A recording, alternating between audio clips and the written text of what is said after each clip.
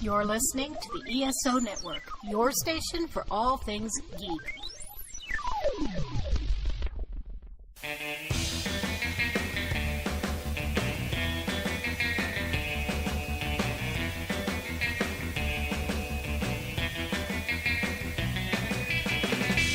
Hey everyone, and welcome to the new year. It's great that you're back with us, and it's exciting to enter 2019 with you all.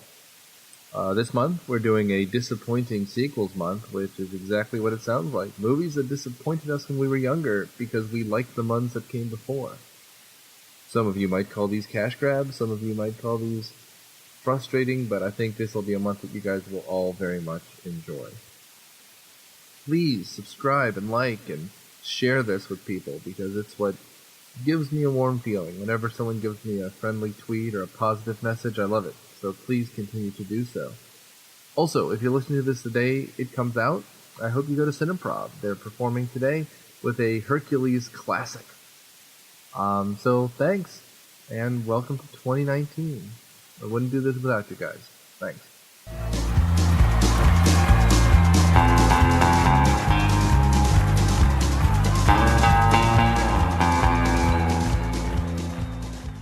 Do you enjoy TV shows, movies, video games, comics, or novels?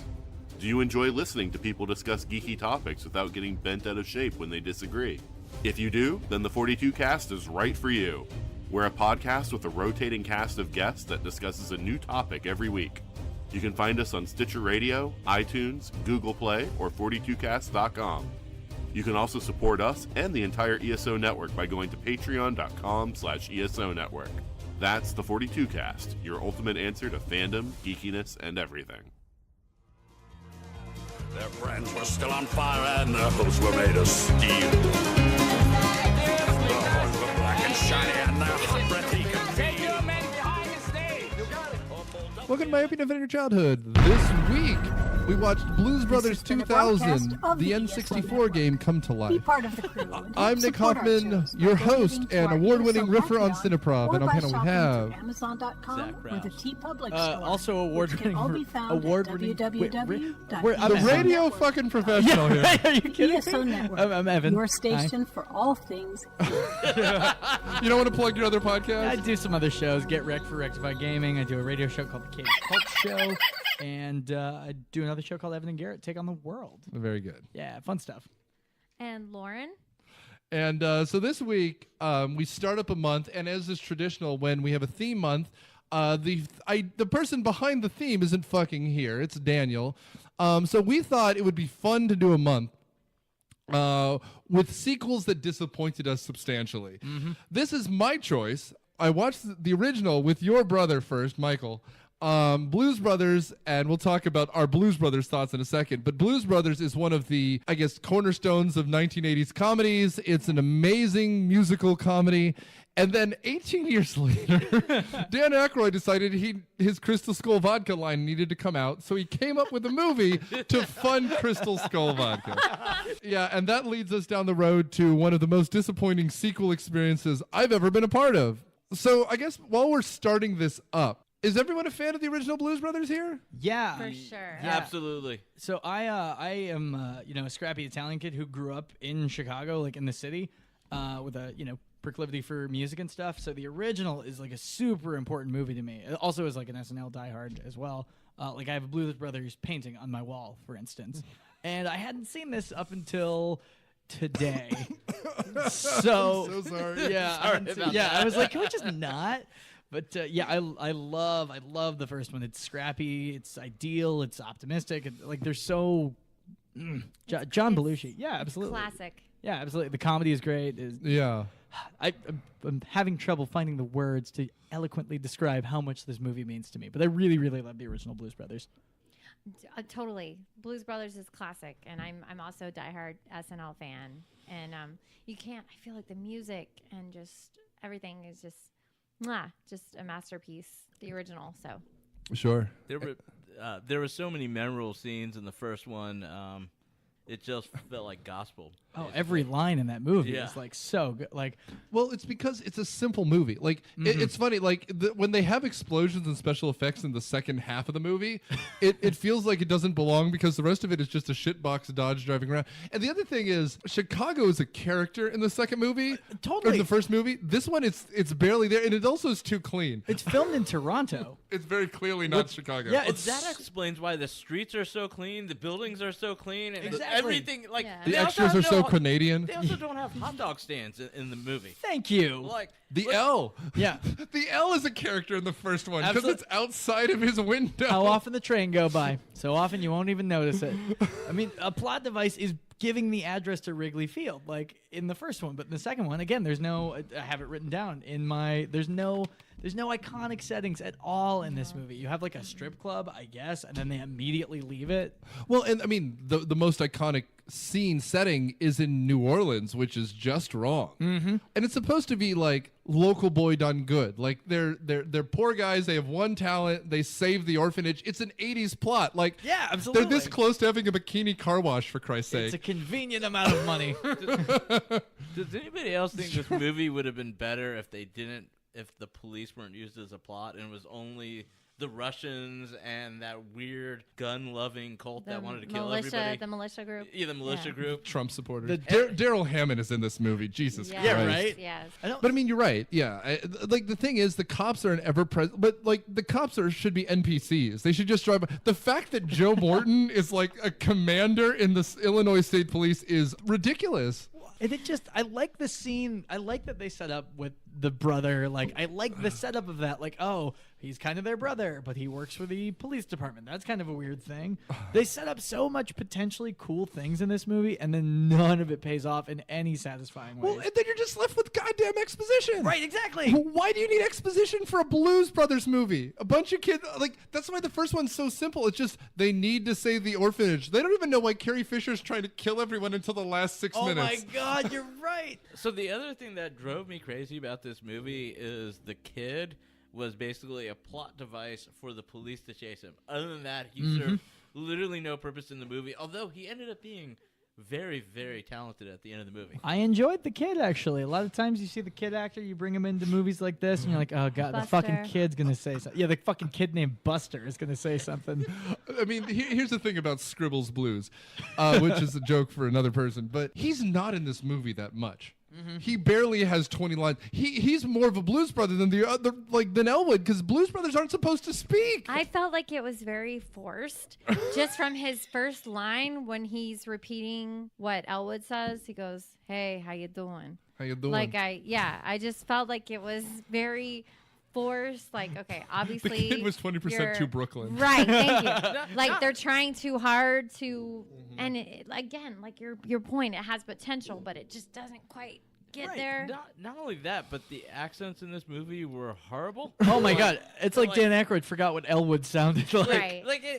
It was like they were trying too hard to be Chicagoan, and it felt like they hit the Bronx instead. Yeah, he Wrong city speed or bumped to something. the wrong dump.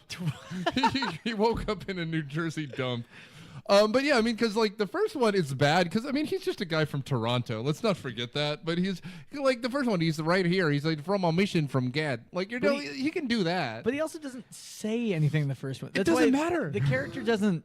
The character changes so much with no reason at all, right? Yeah. Like, this guy, why is he so chatty and charming? That is not even remotely what he was in the first one. And it's not like we see any journey from, like, him losing his brother, because they don't even fucking mention it. Other than that one scene with Frank Oz. Right. Yeah, oh, right. No, I feel like it starts off in a sad, slow pace. I liked it. You did? You I liked actually, that? Okay. I really like the first, like, Okay. 10 minutes of this So movie. you find out Yep, that same. Jake died. They mention it, but they don't say why. Which I thought that was interesting. I'm What do a- y'all think about that? Why do you think they didn't say why? Because it was a drug overdose and like. Well, obviously, New York obviously, hotel room. but it's a movie. They could have made it anything. Were they trying to be respectful of Belushi, or I honestly don't know. I mean, the question is, what is a Blues Brothers movie supposed to be? And this one has no point. That's the problem. Like, if the point was for him to replace Elwood and the final concert is where he finally realizes he has a replacement, or Jake, that's something. But he finds a replacement in like 10 minutes at a strip club, which we'll get to. But it's not even about finding a replacement, right? It should be about finding like the self, you know, like if you're part of a duo and one of the duo is not there, like what do you do? That should be what the movie's actually about. But like you're saying, it's like, yeah, we found him. We found a replacement. We have three replacements now. Yeah, right, exactly. One of them's a child. We'll get to that. Does anybody else think this movie would have been slightly better if they showed a scene where he was in jail and you saw the character growing somehow, so that where he is now suddenly just makes sense rather than it just being like a ... Oh my God, who is this guy? Well, I mean, honestly, the problem is they're aping the first movie, right? Because that's how it opens. We never see John Belushi's face until at the very end when he takes his glasses off for Carrie Fisher, right? So we see him from behind as they walk the entire length of Joliet Prison. Yep, and it's great. And then he gets to the thing, and they show him a long list of stuff he had. And Frank Oz, Miss Piggy gives him back all of his shit, including a used condom, because why not? But again, played super straight. Yeah, right. There's that's not told as like a look. We got a used condom. Whoa! It's just like one used prophylactic. It's so straight faced, and this movie is like so up its own ass about telling jokes. I think that is so true, and it feels like they're trying too hard. A couple of them landed, like the one where the cop suddenly meets God and he flies out of the tent and suddenly becomes a Blues Brother. That was so cheesy. I could not stop laughing. There's some okay It's jokes in the blood. in What? He's like he just keeps saying the blood of Jesus, The and blood. he's this movie is weird because the religious stuff happens for 1 second in the first one. There's a lot in this one. It's a lot. I feel like it was trying to chase cameo after cameo after cameo, which I love some of the cameos, but I feel like it was kind of trying too hard with that. It was B.B. King, and then Aretha, and then Johnny Lang, and then it was like it's not special if it's always happening. Same with like callbacks to the original, right? Like the Penguin is back. The Bob's Country Bunker guy comes back, and and that's not special if you're already, like you said, aping the first movie so much. Like we can't stop thinking about the fucking first movie because it's and then everyone mugs for the camera too, which you've got to stop doing because everyone knows who you are, Aretha. You're fine. Yeah. I mean, and I mean, the other thing is this time she sings Respect, which is something that she would not have done in the first one because we knew who she was. Sing another song. It's too on the nose. That was the one song I didn't love. That did bother me. I wish she had sung a different song. Because the music is so good. Agreed. Even John Popper shows up and does Blues Traveler, and he's fine, right? And he's the harmonica the entire time because he's good for scribbles. Before we get too far off track, Lauren, will you give us the plot?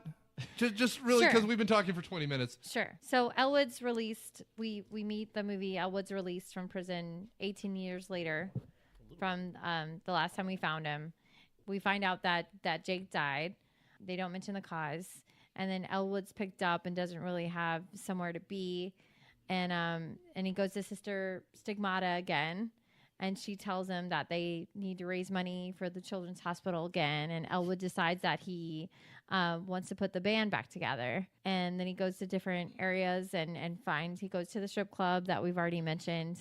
And that's where he meets this Russian mafia and Mac the bartender, which is John Goodman. And so he's trying to go to these different areas to put the band back together. And you want to help me out, Evan? Oh, yeah. I didn't know if this was... I didn't want to step on any toes. You're fine. You're fine. Yeah, so it's super weird because, he gets out and has... simultaneously is like, I have no direction, but also I know exactly what I need to do. Right. Yeah, and then they do I have no direction, but I know exactly where to go and what to do. Right, and it's like that's the confusing part of his journey, which I guess we'll postpone the conversation a little bit later. Yeah. But so he meets John Goodman, and then there's it's a really weird and long stretched out getting the band back together because that whole thing takes forever. Well, in the Masked Avenger, they tie them up and they leave a note. And it doesn't make any sense. This isn't the movie for it. And then they find that that Elwood wants to go to this Battle of the Bands in New Orleans. They meet this voodoo witch and they have to get the band, they have to battle for the lives against this group called the Louisiana Gator Boys. You also forgot they turned into zombies for the practice thing. For the voodoo witch, right? Yeah. Yes. Yeah. We need to go through this step by step. Thank you, Lauren. This movie is a mess. Yes. Right. Agreed. Well, I mean, and that's the thing. Ditto. The first one is a one-line plot synopsis. They need to save the orphanage, so they play a bunch of shows. Yep. This one, there's no reason for them to go to New Orleans. Other than they need to play a bunch of shows. Well, Wait, but do the they money need- doesn't mean anything. Right. Like, they don't need to. He Right. ruins lives for no reason in this one. He Yeah, doesn't right. even get to say, we're on a mission from God. Well, like, and that's like the whole charm of the Blues Brothers, right? Is that they are kind of these like chaotic good fellas, because it's like, oh, they do some horrible stuff, like they're causing car crashes and they're destroying malls, but it's all to save a bunch of orphans, like the ultimate good thing you can do. well, and to wit, it's the kind of thing that gets misinterpreted in previous episode, Boondock Saints, where they're just like, let's just destroy shit, but for a good reason. Right. There's no reason here. Yeah, Like, they're just bad people. well, he's like, Max being harassed by the Russian mob. Or whoever it is. The drummer. Yeah. It's, Yes. Yeah. Who? Yeah. Yeah. Exactly.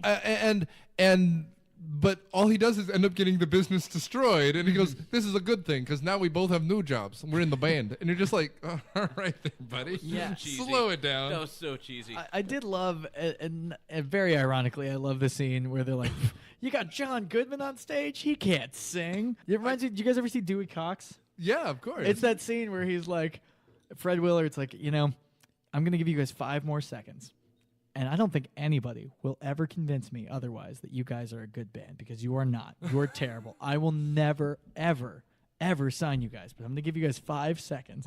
And then he's like, they start playing, and immediately he turns around and gives a big thumbs up. Yeah. But that's like that's the whole joke. Well, Well, and it's I- not a joke in this movie. I love the idea that someone's in a Chicago strip club to listen to the band. I mean, Hey, there's some great jazz and blues in Chicago, buddy. in a strip club? I mean, Sure, it's like I believe it. I mean, Hot Wings in Atlanta, right? The best ones are in strip clubs. exactly right. That's how you crush all your cans at the Claremont Lounge. Yeah. I mean, I guess it's aping the Beatles, starting in that German strip club. I don't think it's smart enough to be doing no, that. I mean, it's Dan Aykroyd. What did you say? That was like 500-page script, 400-page That script. was the original. So something I think about this movie, why it is such a mess, is because the original script for the original Blues Brothers was about 400 pages with just a bunch of indecipherable crap in it. Like a scene where the Bluesmobile is magic. It explains that car is magic and does magic things.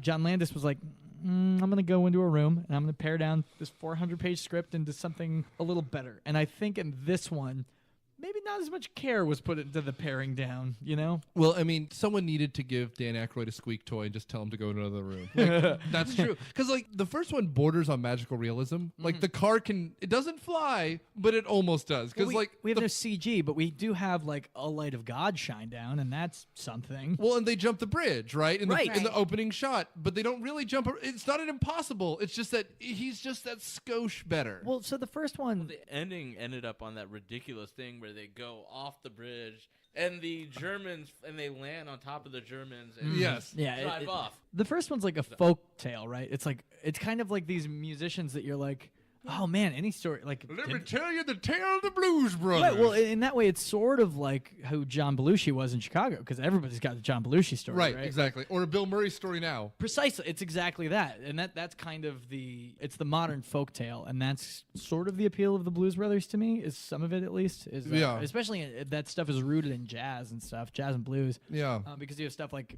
Robert Johnston, who sold his soul to the devil and stuff like that. Down at the crossroads. Well, and that's that first movie too. Like they're in the poor black part of town. They're singing outside of laundromats. Yeah. And, like, in the street. Like there's good music, right? And then this one you have good musicians, but it's in squeaky clean Toronto, and it just feels wrong. There's nothing the blues needs to be sung about, if everything's all well and good, right? White people give black people the blues to sing Carlin, right? But that's the problem here. Like it feels too squeaky clean. There's no grit. There's no poverty. Things just happen, and it's okay. You don't need to survive anything. That's a really good point. Except the Russian mob, which shoots up everything for apparently no reason. Right. We're extorting this guy. Let's destroy his establishment. Oh yeah, like that also made no sense. It's like, why would you go in and blow up a guy's bar where you've been making money? Yeah, right. You probably just go in, like drag the guys out and kill them or something. So these guys have Oh a my radio God. show, and they're doing How much better of a movie would it be if they had someone else who could kind of sing that isn't in there? Oh my God, if the original DJ is a remaining Beatle that no one pretends like they know. If it's like Paul is up there and then they drag him out to the street and shoot him, and then John Goodman is the new guy, like it's just like a 5-second scene. Like that would be awesome. Oh my God, I would love that. Are you kidding me? That'd be so more entertaining than what ended up happening. Oh, shit gets real for like 6 seconds. Better movie. and then Buster sees everything, and he's just shaking the entire rest of the movie. And then of course, Goodman starts singing the blues about death and destruction. Or something Also, like Goodman's one of your favorites. How does he not kill anyone? I love John Goodman. I don't know how he doesn't John kill. Goodman, too. Oh, he's the best, right? He kills someone in the Speed Racer movie, but he doesn't kill someone in this? Oh my God! If he just throws no, but you can even do it Blues Brothers-y. Like if he just like picks up one of the Russians and throws him right as an L train goes by and he gets hit by the L train, and then no one says anything about it. Yeah. They just go, Perfect. let's go. Like Yeah, just super. There's nothing like that. I just realized something. If in this conversation we have figured out how to make this a better movie, this movie is really bad. we're about halfway there. Oh, like, yeah. We are. I wouldn't change the soundtrack. The soundtrack, No, the soundtrack's soundtrack's fine. great. You know what? Dare I say? Better than the first. Yeah. Wow, Yeah, really? for real. Okay. I think there's. no, I the mean, soundtrack's fabulous. it's not as iconic because John Belushi isn't there, of course. Right. But I think overall it's better.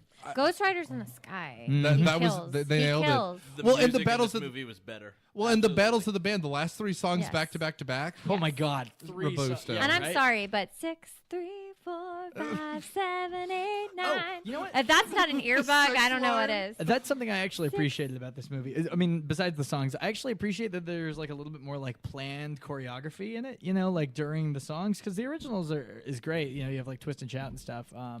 With the But that exception gets of in your Shake the head, Tail and you're Shake- Feathers. welcome. sorry, You're going to Shake be the Tail singing that Feathers, when you yeah. go to bed tonight. You're welcome. It is. It's good. The one thing that I will say is a negative against this movie, and I don't know if any of you know this. We like the original. This one's like 15 minutes shorter. Did not feel like it. Yeah, no, this one feels so much Because longer. it's nails on a chalkboard. You're just waiting for it to be over. The Blues Brothers in the first one, the soundtrack isn't as strong on the hits, but they also sing all the background music. You know, Right. like that Sweet Home Chicago. Sweet Home Chicago, but also the stuff in the background, like the Peter Gunn theme the band plays.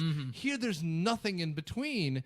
And the driving, which is some of the best part in the first one, isn't here. Like, there's no mall scene. Well, it all goes back to the setting, right? Like, there's no setting at all. There's no. I mean, where does this movie take place? There's no sense of place. Right, no. exactly. Stuff like Bob's Country Bunker or whatever, that feels, I mean, especially if you've been to Chicago or whatever, but like outside of Chicago, Illinois is just, it's very rural, right? Yeah, It's between just Chicago that. and Urbana, there's nothing. It's just corn. It's just corn. Corn and Bob's Country Bunker. Yeah, Right. And, I mean, and that's why it feels real. Like like all these things feel real. And down here, they end up in like New Orleans in 20 minutes. Right.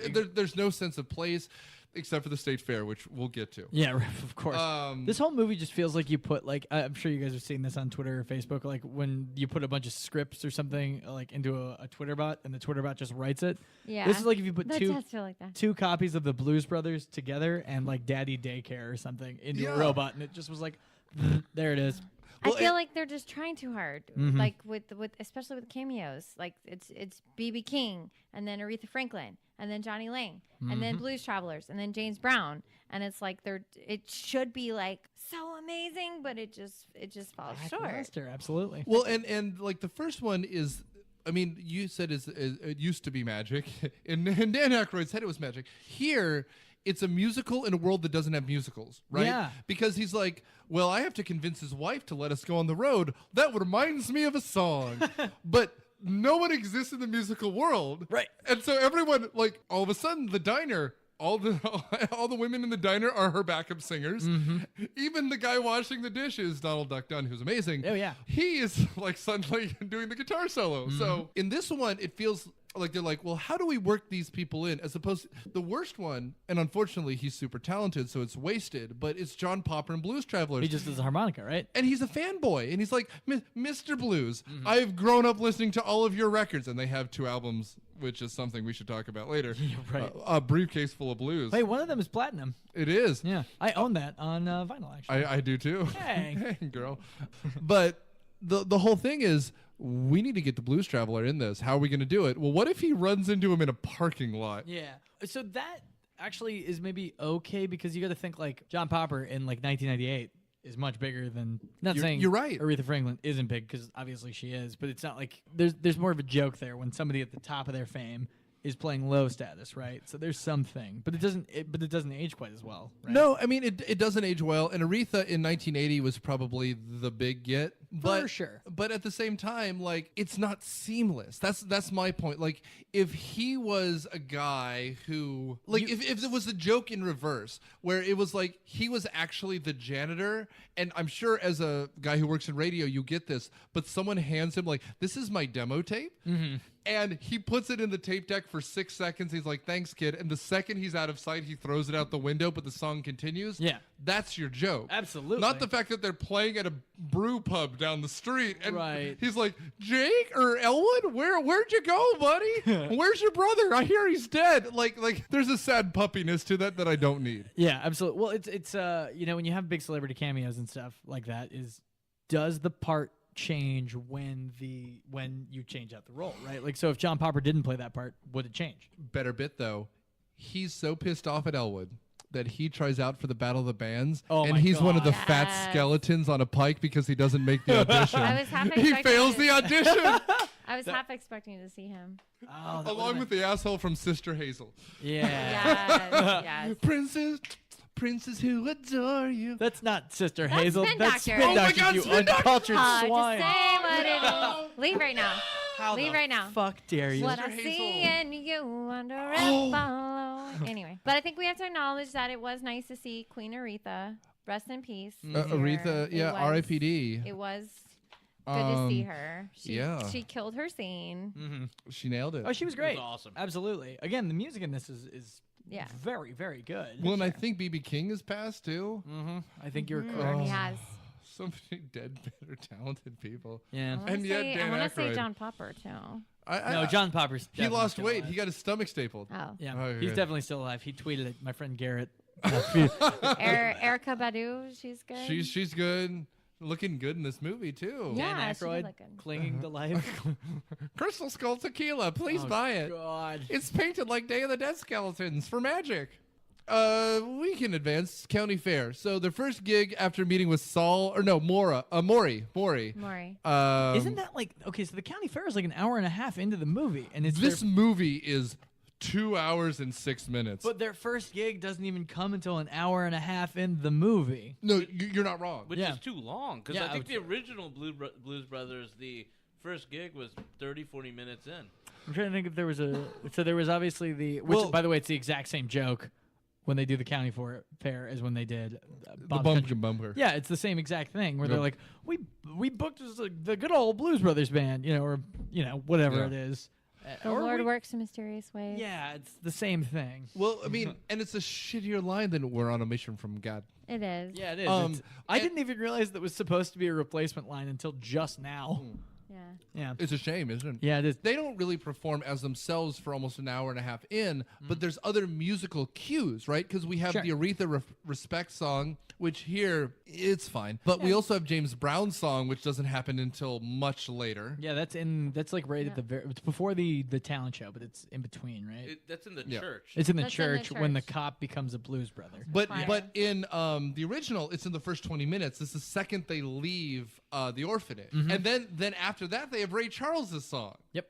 Right, and so here it's just all stacked up in the last half. Like again, you get rid of the first hour of this movie.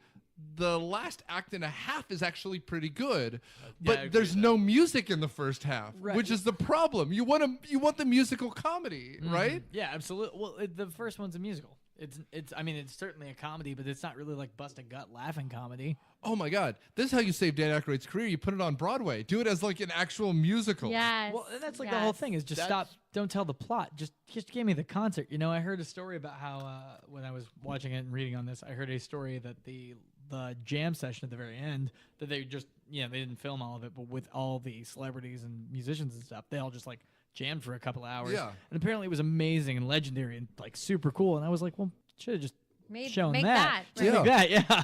Well, and to point, the next year, B.B. King and Eric Clapton came out with an album. Oh, they Hail did? to the King. I did not know that. Yeah, and it's good. I mean, and that's what it is. Like, everyone is a studio musician or one of the best in their field. Like you even have like country musicians playing, like they Travis play Tritt. Travis Tritt, and he shows up beautifully mulleted.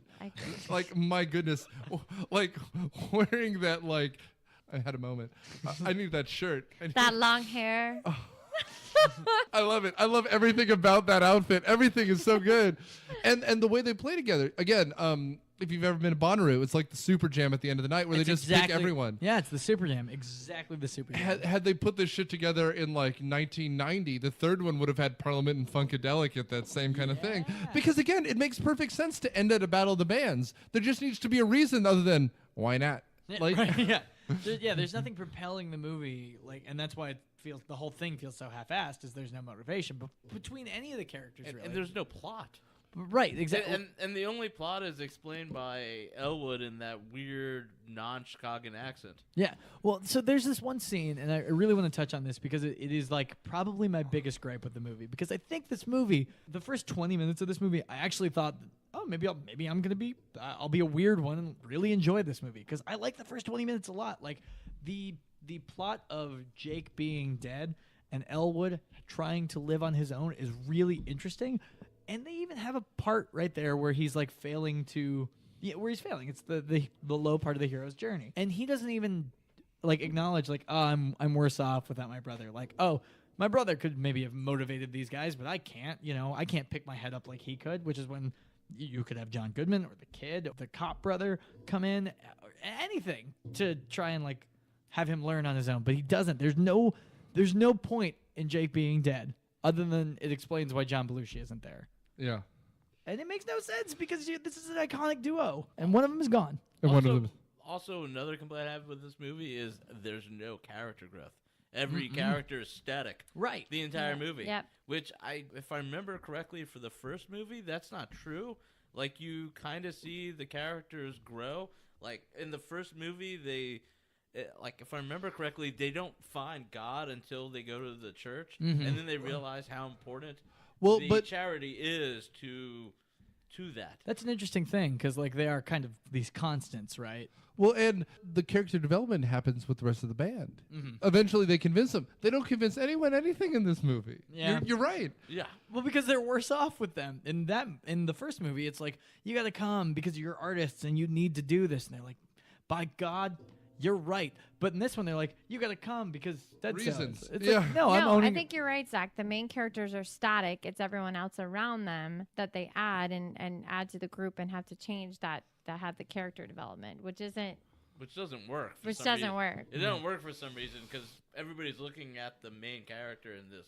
But even John Belushi has at the very end of the movie, like, he takes his glasses off and he's like, oh God, I swear to God, it's not my fault. And this is a guy who's like brutishly charging forward the whole movie. Yeah. And then like we finally see some weakness and like some willingness to like yield for 4 seconds, and then he runs off. Yeah, it still matters, I think. No, it's good. You're right. We learn who he is. Yeah, absolutely. Like he's like deep down, he just is. Yeah, he's I don't want to say weak, but like the glasses are a protection. The identity is a protection for him. Which we get a bad joke about in this movie. Yes, we do. Let's go to the county fair. That's my least favorite joke in the movie. I totally forgot about that. That's when I decided I hated this movie. Oh, please. Wait, the county fair or the glasses? No, the county. The sunglasses. The sunglasses joke where they're like, will you take off your sunglasses? Because in the normal movie, it would have just panned over to him and he wouldn't have, right? Or he'd have another pair of sunglasses in his hand and another pair still on his face. Yeah, right? That would have been a good joke. Yeah, fine. It's way better than him covering his eyes. Oh God, the light. Yeah, that's why you keep it on. Is because you're sensitive to the. That's when I decided I hated this movie. Yeah. No, I agree. Yeah. I do just want to say also that something else I noticed is I don't know if you guys remember Johnny Lang, but he was supposed to be like the next big thing in blues. Yeah, he sure was supposed to be. He was supposed to be big, and he has the guitar solo and is a big part in the 6, Ed's Love 3, 4, Exchange. 5, 7, yes, 8, 9. the Ed's Love Exchange song. So I just thought that was interesting to see him again, and like nothing came out of that. So I looked at Zach. I'm like, I think that's one of the Hanson brothers. It does look like a Hanson brother. Mbop. Right. Hey, they're much deeper than Mbop. All But right. He was supposed to be like the next BB King for Misery real. is a great He song. was, and then What happened? That's kind of my point. America stopped giving a crap about That's blues. kind of my point, Zach. Well, and that's the thing. Like, there were other people they could have gotten, but they're like, let's get an upstart, and that's the mistake. Like the first one is all these old people. I mean, and it's not like Ray Charles is unknown, but he wasn't on the charts in 1980, right? Yeah, well, so the Blues Brothers were supposed to kind of be the like next generation of it, right? And then you even further could have that with the kid being the next generation because Right, you've introduced a kid in the movie to do that. Also, would you ever eat a peanut butter and jelly sandwich in a strip club? I actually love it. She goes, come on, honey, let's go get you some food. And I'm like, oh, Buster, don't do it. Don't do it. It's not sanitary. Unless it's a bag of McDonald's, you can't. You just can't. That totally works for Wait a me. minute. Hold up. People have said the lunch at strip clubs is actually pretty good. The hot wings in Wait, Atlanta. what now? Let's stop. No. You would know, Evan. I wouldn't know. I've never been to a strip club. I've never eaten lunch, but I have heard. You've never eaten lunch? Hey, they Well, have, not they have at the strip Thanksgiving club. meal. They have Thanksgiving meal at the Cheetah tomorrow, I hear. So Really? we want to try Wait a minute, it. is it for lunch? 'Cause Yeah, I can do we a can double go tomorrow, guys. Thanksgiving It's meal. fine. It's like a late lunch. It's You know how you fine. eat dinner Well, real I can early? I can Get do, some wings my, along with that Cheetah breast. Thanksgiving, and then I can do my Tomorrow Chinese for Thanksgiving. Thanksgiving that evening. So Yeah, there you it'd be go. great. Gross. All this is gross. But no, I love that scene because it shows warmth in a really unusual place. That works for me because that reminds me of the first movie where it's kind of gritty like a strip club, or it's the only gritty scene we get. yeah, or that's right exactly. It's like when he pulls him up at his house and the train goes by and it's like, oh, this is very generous with what you have, you know, Yeah. which is Just the guy not that cheese whiz. not a whole lot. Yeah, right, exactly. We don't even have anything remotely like that. We have no B characters in this movie. Everyone matters. Yeah, It's just weird. It's like the first, and I keep referring to it as like a Star Wars prequel, but this feels a lot like the Star Wars prequels. yeah. There you go. There's no main character. Yeah. Like Elwood, I guess, but like also the cop's journey is the most important because he gets He has a journey. John Goodman. He Well, has more I- of a journey than Elwood. Well, and John Goodman is only second to the female cop who finally gets a promotion because the main cop becomes a guy. There's right? like 9 different storylines in this movie. Nothing matters. None of it makes any sense. This movie lost to Quest for Camelot. Great and movie. the Mafia, the Jim Moore movie, I have not seen that one, but Wow. Babe Pig in the City, well, of course, Species 2. I did not see Species 2, but Babe, So Babe it is great. really, really bombed. It was 105th this year. After 3 cult classics, it lost to Half Baked, Big Lebowski, and Rushmore. And then 54. Rushmore was 98. 98. Wow. It's all the same year. I mean, it lost to good movies, including 7 movies we've done. Apparently, this is the year we just keep doing. Wait, what other movies? Or you Um, have to give me all 7. But. We did Mulan. Oh, I love Mulan. We did Godzilla. We've done Armageddon. We've done The Waterboy. Oh God. Yeah, this is not good. The But I mean, Madonna like, Oblongata. but that's just it. It could have been The Waterboy. There's nothing wrong with it. It's another SNL alum movie. It's garbage, but it's something. How do you guys? Speaking of, how do you guys think this stacks compared to other SNL movies? Because this is technically an SNL movie. Granted, I is. think it's so far removed from SNL, and that's kind of what makes it so bad. Because SNL is kind of about the like gritty startup, and this has it's all Hollywood, you know, and that's the biggest problem with all of them. So honestly, my feeling about this, now that I've been thinking about this a little bit more, is this feels very much like a paper I would have written for my English teacher in 7th grade that would have come back with all red ink, and of course my mom would say it's a beautiful masterpiece, Right. and everybody else would be like telling me this is a piece of crap. It's a book report on the Blues Brothers, the first one. It's Blues Brothers fan fiction. Yeah. Yeah. That is what it feels like. It feels like fan fiction. It beat the sequel to Air Bud. Wow. Oh, at least that's something. It does feel like fan fiction. They're like, let's get Eric Clapton and B.B. King and all these people. Oh, and It's I'm gonna be there. amazing. Well, but I mean, like the soundtrack is the best part. Well, let's wrap it up. They go to County Fair, which has a card trick, and then they play Ghost Riders in the Sky, Where which CG horsemen show up. and they control the weather because why not? Oh my God, I forgot about that. And that's how they get away. The weather shows up, and then they shove 12 adult men into the back of an old caddy because, of course, they do. They're magicians. This is the magical realism. Yeah, it's where Harry Potter shows up suddenly and expands the car. I'm kidding. That never actually happened. Better movie. Yeah. 98, the first one's out, and then they end up in New Orleans, and they have 3 songs in a row. Mm-hmm. No, the church is before, in between these. Oh my God, it is. This Yeah. movie is so fucking long. There's so much happening in this movie. So they have a breakdown where everyone wants to abandon the band. They run out of gas on the side of the road. Elwood takes off his hat. He takes off his hat. He doesn't take off his glasses. He takes off his hat. It's a parallel though because he didn't. John Belushi took off his glasses, so Elwood's got to take off the He hat. takes off his pants It's and he it's a- apologizes. God, please don't add stuff that didn't happen in this movie. Stay on target, Nick. People are gonna believe you. Because no one's gonna watch the No one's movie. seen this movie. Like, So so Dan Aykroyd takes off his pants and and then That never the happened. kid tells him to be a man because why not? but which is again maybe okay if he's supposed to be the Jake replacement because that's what Jake would do. But again, they make no. This is the kid's first line. You'd be forgiven if you forgot the kid was in this movie by that point. Yeah, for sure. Because he's got one line. There's a joke where he's in the back trunk, which is the best joke in the movie, by the way. Yeah, where he has the little apartment set that up. was awesome. Yeah, No. that's so funny when John Goodman's just like, it's full, and then he slams it back down. It's a great joke. But the rest is he? I couldn't tell you one other line he said. No. I mean, he's the most forgettable character in a movie which should be a musical. They then run into Cleophas James again, played by James Brown, who doesn't get a song at that point, which is a waste. But what's his name? Joe Morton's character, the commander, gets converted after a scene we didn't really talk about. At the beginning, he's told that his mother had an affair, which is really weird. Oh my god, it feels like straight out of The Room, right? Where it's like, here's all this big, huge exposition. Okay, none of that. And then he means walks anything. away. Yeah. And then he calls his mom and goes, there was someone who was telling me about this guy named my Curtis, God, it's and she comical. immediately breaks down. You're right. Your dad was someone else. Sorry. Bye. I was waiting for you to call and give me a first name. You don't hear the gunshot at the end of the phone, but it's pretty sure it's there. Yeah, definitely. And then the movie moves on without it. He converts in the midair. He changes outfits, which is something. And then the movie continues Calling without out the them. blood. I don't mind him changing outfits. I really, really don't. But you gotta earn the weird. And the song is good.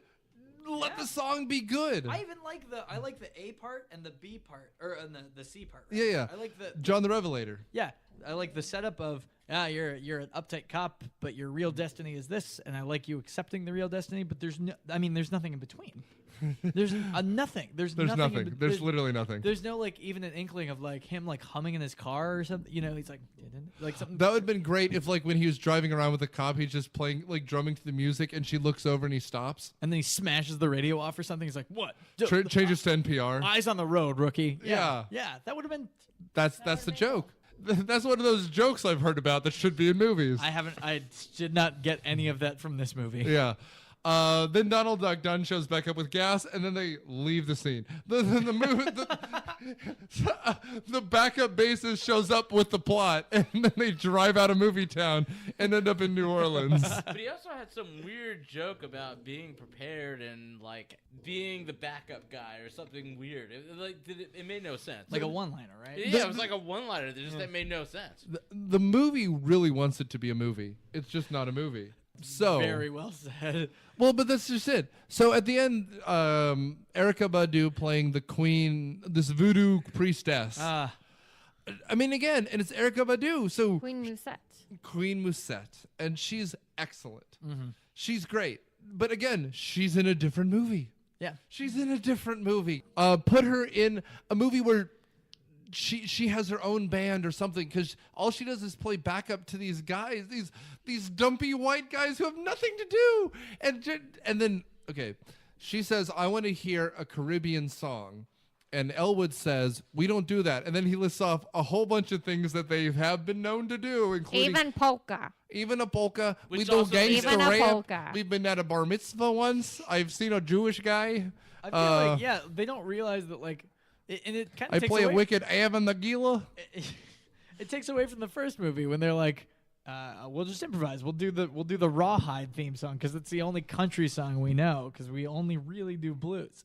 Like it takes away from that joke even, which is the worst thing a sequel can do. Well, right. I mean, because like the closest they get is when they do Ghost Riders, which is a great song, but he goes mountain theme in B minor or whatever he says, and then they do it without a hitch. There's no failing. Yeah. Like, that's the thing. Like, in the first one, they fail over and over again, and no one applauds. The joke dies. Right. Well, they know 2 songs in the first one. Neither of them, well, both are performed well. One is the theme song to a TV show, and the other is called Stand By Your Man, which is not a song, the Blues Brothers would normally sing. Well, right? because they keep trying to play their startup song, which is whatever it is.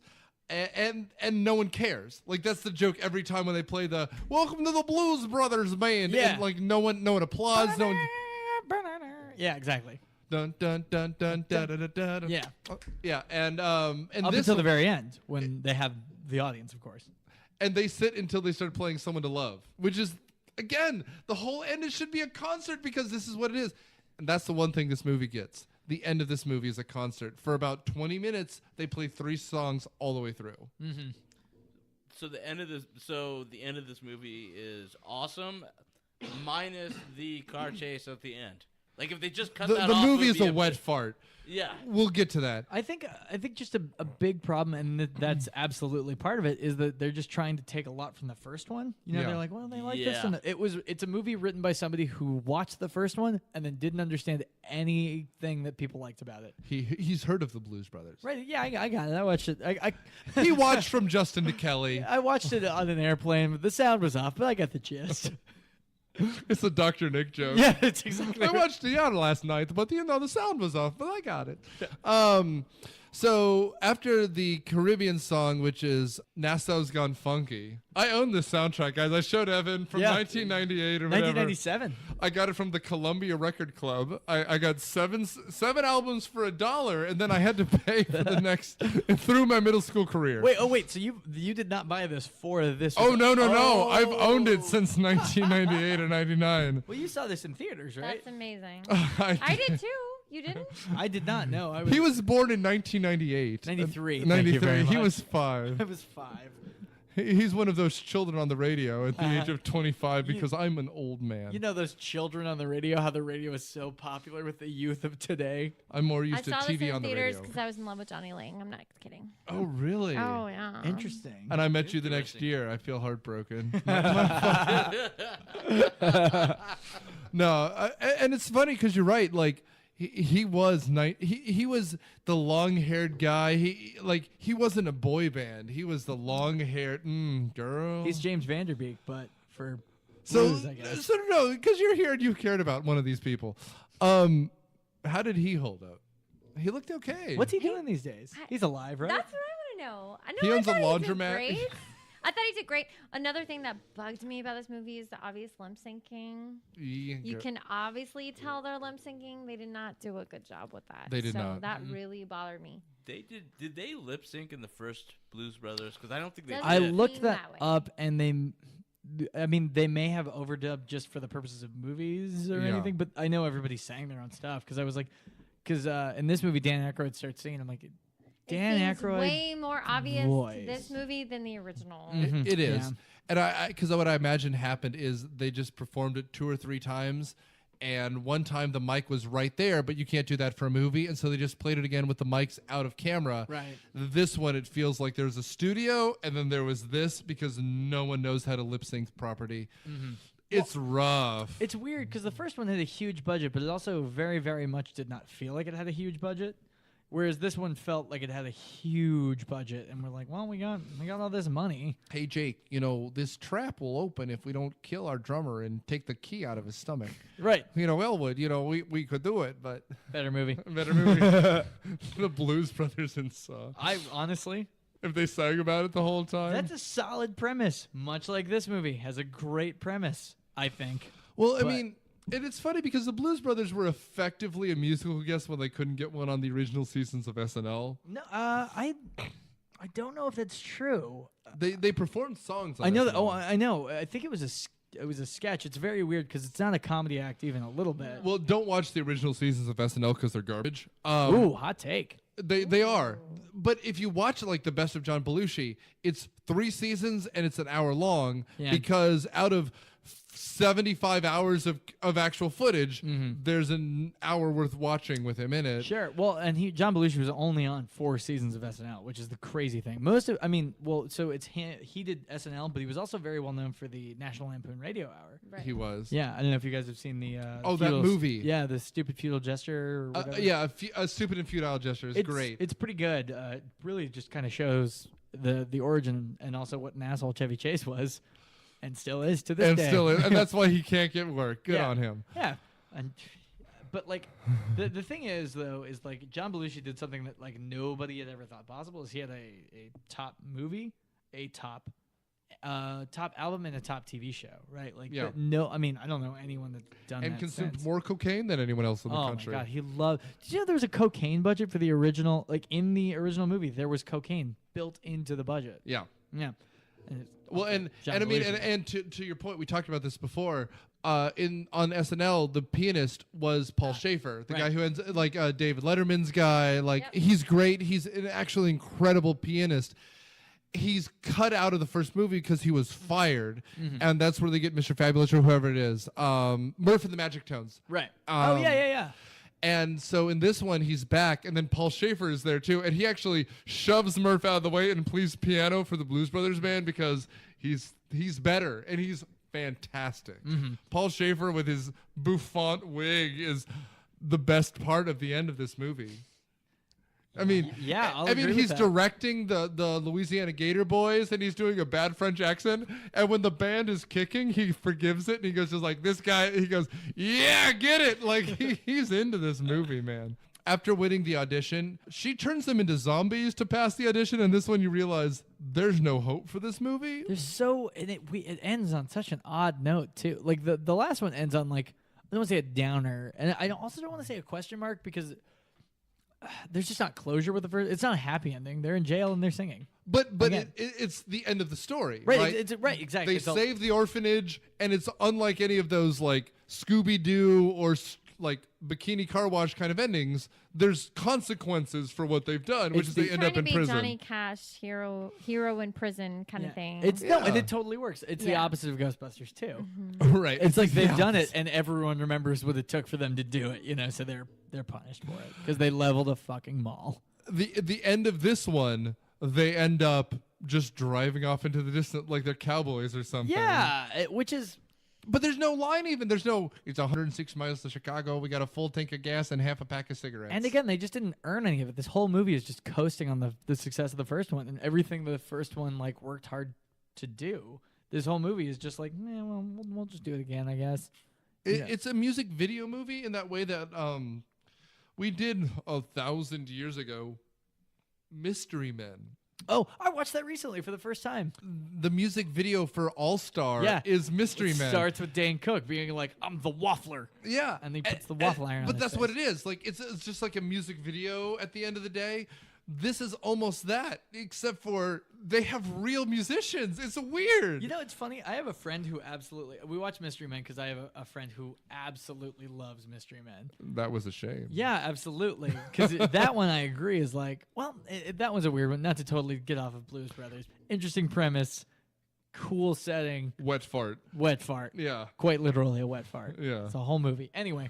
Paul Rubens. Right. Paul Rubens, precisely. But I guess, like, what is this... For you guys, with the legacy of SNL movies, where do you guys kind of rank this one compared to other ones? Because there've been not Pat. It's not. It's Pat. It's not. It's Pat, but it's right not, at the Undercover Brother level, maybe. Yeah, it's somewhere in the middle. It's better than. It's not Wayne's World, but it's not. It's Pat either. It's better than The Ladies' Man. Right. Oh, I have not seen. It's not as good as MacGruber. I'm looking at a list now. Oh, MacGruber's great. It's better than MacGruber Night and at the Wayne's World. Roxbury. Ooh, bold. I see it as the same level as Night at the Roxbury. I like you guys this need a better than list? Night at the Roxbury because Night at the Roxbury, the music was the same throughout the entire movie, and it got to the point it was annoying. So top three are obviously Blues Brothers 1, Wayne's World 1, Wayne's World 2. Yeah. Right? Yeah, I would agree with that. And then MacGruber is at 4. I don't know. I would put Coneheads up there. Oh, Coneheads. Oh, I forgot about Coneheads. I never saw Coneheads, so I can't. I can give you all the official ones. Blues Brothers, Wayne's World, Coneheads, Wayne's World 2. It's Pat. Stewart Saves His Family, which no one saw. Oh. A Night at the Roxbury, Blues Brothers 2000, Superstar, The Ladies' Man, and MacGruber. I did not see Superstar. You're right to do so. Yeah. The Ladies' Man is just a shit show. I think literally at one point Undercover somebody Brother shit. is not one. I think I'm confusing that with Ladies No, Man. Undercover Brother is effectively the Ladies' Man character, but in a different movie. But with Neil Patrick Harris in it which for a is little bit. an improvement. So the question here is, how do you take a good sketch and make it a good movie, or make it a bad movie? Right? Like, what qualities do the good? Good script. Well, I mean, the Blues Brothers works the original because all they do is keep it at the sketch. They drive around and then perform, which is what you want, right? MacGruber works because it's essentially MacGyver, and you just make a Bond movie, but he's a failure. It's funny, but that's all it is. Wayne's World is magic. You can't repeat Wayne's World. I'd say Wayne's World and the first Blues Brothers are equal to me. So those two in particular are interesting because they're both kind of love letters, right? The sketches satirize very specific things, like well, and Blues Brothers barely satirizes, to be honest with you. And to your point, they're love letters to someone else.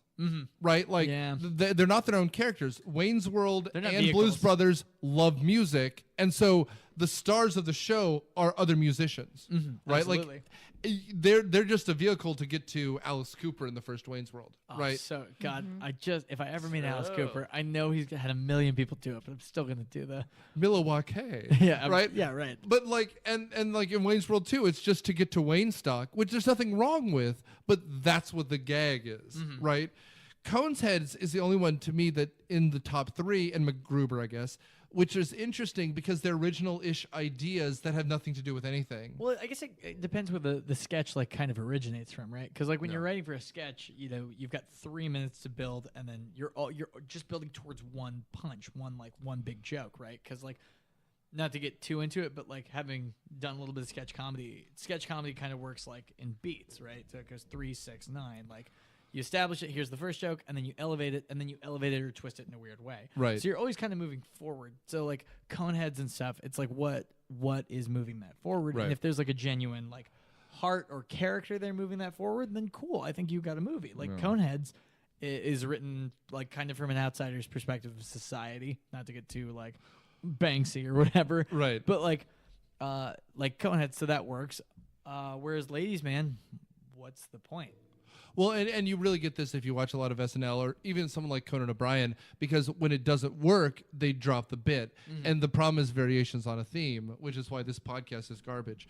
But but like here, they miss the variations on the theme, and that's the problem. Because like MacGruber's one joke, so you just put him in another movie. You put him in a Death Wish, which is essentially what this is, right? Because then people are fucking dying, and he's like, oh shit! Well, yeah, MacGruber's an interesting one, and it's why I don't think it's like a great one, but it's funny is because there's some good jokes there. Is you put MacGruber into, you kind of awkwardly shove him into an action movie, Right. right? So it's like, that's not really what the sketch was about, but the movie still works okay. Well, and that's why Wayne's World and Blues Brothers are the gold standards, which no one will ever match up to. Because, like, what can you do now?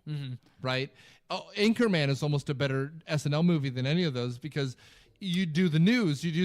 Like, It's a character-based comedy, and you don't have character-based comedies anymore, right? That's like the whole thing. Right. I was thinking of like Norm Macdonald's first movie is like Dirty Work, and like who could watch that? Like I've seen it a bunch of times. It has 1 or 2 good jokes, and the rest of it's just like, why did I buy this from Blockbuster? Like, It's a very old-fashioned Blockbuster wanted to get rid of it. Why did I own it? And then I was sad. But we should end because we've talked for over an hour on this. Oh gosh. We'll start with Lauren. We'll go around the horn. Final thoughts. No, it wasn't as bad as I was expecting and remembering. I love the music. The music, I think, just makes this. But I think it's just trying too hard. Like I was saying, I just think it's forced. It's too forced, and I think it's just too much cameo after cameo after cameo after cameo to make something that it just doesn't execute well. But yeah, not horrible. Somewhere in the middle. Not fantastic, but not like horrible. Somewhere in the middle for me. Thank you. Send a lad, I guess. I guess it's not as bad as I thought it was going to be. I abstained from watching it because I thought it was going to be, riff worthy basically, which it is. Yeah. There is a good movie. There is a good Blues Brothers sequel that could be made, and this movie shows that this is not it. But but that story could be out there, I think. Yeah. You know what I mean? That's my, I guess. And yeah, the music is very, very good. Go listen to the soundtrack. Zeus. So for me, I frankly think this movie is not, like, if I was going to watch it, I would put it on, turn off the visual, visual part, and just have the sound play and go cook or do anything else with my life, because actually watching the visual part of this movie is not really worth doing again. It wasn't that great. The music was amazing. Like, it was, movie. It was honestly the best part. TBS movie. Yeah, it's one you put on the background of a party. Yeah. Yeah. Yeah, I agree with that. You could put this on as a background of a party, and everybody would think you had great musical taste. Yeah, you ignore the talkie talk and just listen to the music. Yeah. Oh yeah, exactly. Any shaving cream head. Yeah, exactly. Oh god, that's such a bad We gag. didn't even touch about it. For reasons. Yeah, absolutely. So when I was in 8th grade, right when this came out, I'm old. My buddy Seth, his dad was in a sports bar band, and he played blues, and his favorite movie was Blues Brothers. So we talked about it a whole bunch, and he even gave me a copy of Briefcase Full of Blues, which is one of the Blues Brothers albums. Mm-hmm. And so I was so ready for this movie, and I think Lauren nailed it. The problem is that it's forgettable, right? Like, that's the shame of it. Like, you anticipate a movie for whatever 18 years, and then it's just nothing. It's a fart in the breeze, man. Like, and that's a bigger sin than if it was bad. If it was a real train wreck, you'd be like, oh no, why is he doing a disco song now? And then it's like, why is ABBA in this movie? Oh no, like, better movie. But there's nothing. But like, the problem is that there's just nothing. Like, why does Aretha Franklin sell her diner and get a Mercedes-Benz dealership? So honestly, if the movie was a train wreck, it might have been more entertaining, because it might have been like one of those B-rated movies that you watch. It would have been just so bad. Something. It's paint by the numbers. It's boring. This is being nothing. boring is the worst thing a movie can be. If like Dan Aykroyd was trying to get a record deal from Bill Murray, better move, like anything. If anything happened, Oh my God! Oh, how great would that have been? Where they're trying to get a record deal, right? Because they're trying to be the straight and narrow. You can even end up at Queen Musette's because you need to like perform in front of a band to convince him. And then it ends with Bill Murray not giving him the record and then deal. he's just like, fuck it. And then walks away. Like, he gets the one F-bomb in a PG-13 movie and just goes, oh, fuck it. And he leaves. And they still play Sweet Home Chicago or something. Better movie. It would have been really funny if somehow they, like the Ghostbusters, invited the Blues Brothers to play in New York City. That would have been really, really. And he's really looking funny. at himself. They should have had the little kid go, oh, fuck it. Yeah. You know what? I don't think John Belushi truly died until this movie came out. God, that's terrible. Well, I mean, that's just it, though. Like, the movie needed a punchline for a punchline that never came. Yeah. That's the sin of a movie that just doesn't know who it is, right? Like, and that's just it. I also feel like the director, or whoever was dealing with the taking the cast and the script and combining it all in a movie, that guy should be fired. Yeah. This movie just failed on every level as far as the director, because I feel like the actors weren't terrible, but they weren't being directed. Except Dan Aykroyd. I think Dan Aykroyd was genuinely very bad. Well, Dan Aykroyd was probably bad, but again, if you had the right director, you would be able to optimize his talents. Totally agree. And like increase the profitability. Yeah. Well, I mean, anyway, just to close out my thoughts here, like, the soundtrack is the only thing worth listening to. It's almost as though they worked backwards on a script that didn't need to exist. So, whatever. Anyway, before we end here, I'll tell you the next movie. It's a Thomas pick, but we're doing Speed 2. After the masterpiece Speed, which we already did, they go from Speed on a car to Keanu Reeves saying, fuck no, to a boat, which has a boat. I saw this at a birthday party with my buddy Scott, regular contributor, and Michael, who was on Roadhouse, one of our most popular episodes, and we left very sad. So stay tuned. The bus that couldn't slow down. Thank God I saw Speed 2 for free, because otherwise I would have been very disappointed. Yeah. So stay tuned next week and every future week as we put another piece of your past on trial. And thanks, guys.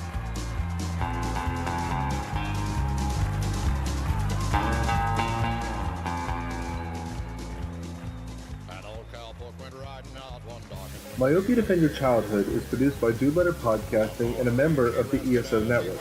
It is hosted by Nick Hoffman, edited by Daniel Sudis and Ann Burns. It is produced by Daniel Sudis, Matthew Quinn, and Ann Burns. Thomas Herman is our consultant.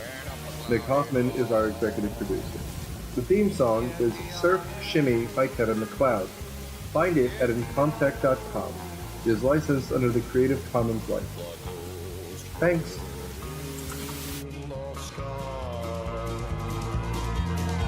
Their brands were still on fire and their hopes were made of steel.